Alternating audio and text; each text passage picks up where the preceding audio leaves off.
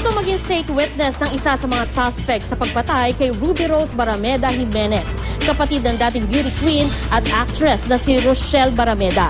Giit niya, wala naman siya kinalaman sa aktual na pagpatay. Siya lamang daw ang naglagay ng semento sa drum kung saan isinilid ang bangkay ni Ruby Rose. May news to go si Dante Perelio.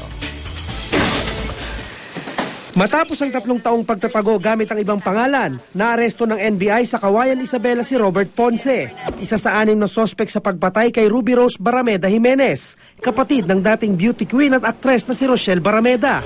Yung aming undercover operatives ay kinuhanan siya ng mga photographs.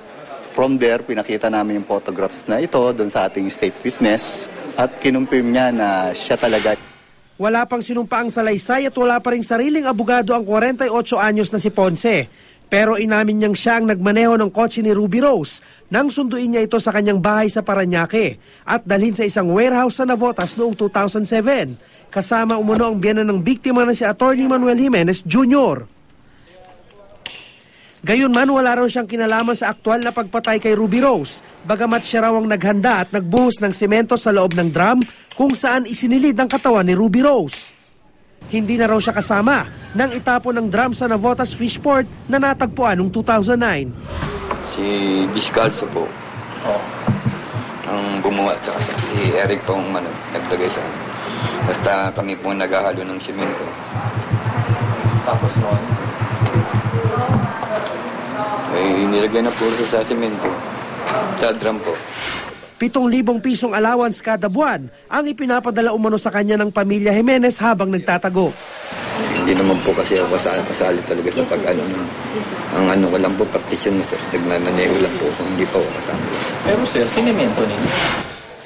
Sa pagharap nila ng pamilya ni Ruby Rose, sinabi niyang gusto raw niyang maging state witness. Mixed emotion. Hindi ko alam kung ano ba yung nararamdaman.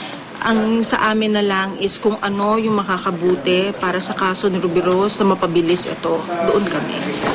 Nananawagan sila sa Court of Appeals na desisyon na ang nakabinbing motion to review ng mister ni Ruby Rose sa kasong parricide na isinampa laban sa kanya.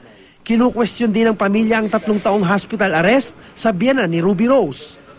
Nahaharap ang mag-ama sa kasong parricide at murder. Si Atty. Jimenez, napakasarap ng buhay sa ospital na hindi namin alam kung siya ba talaga yung Atty. Manuel Jimenez na suspect dito. Kasi nga, hindi rin kami allowed na makita siya.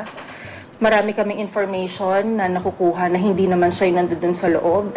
Wala pang tugon ng pamilya Jimenez sa bagong development sa kaso, bagamat dati na nilang itinanggi ang papel sa krimen. Dante Perelio, GMA News.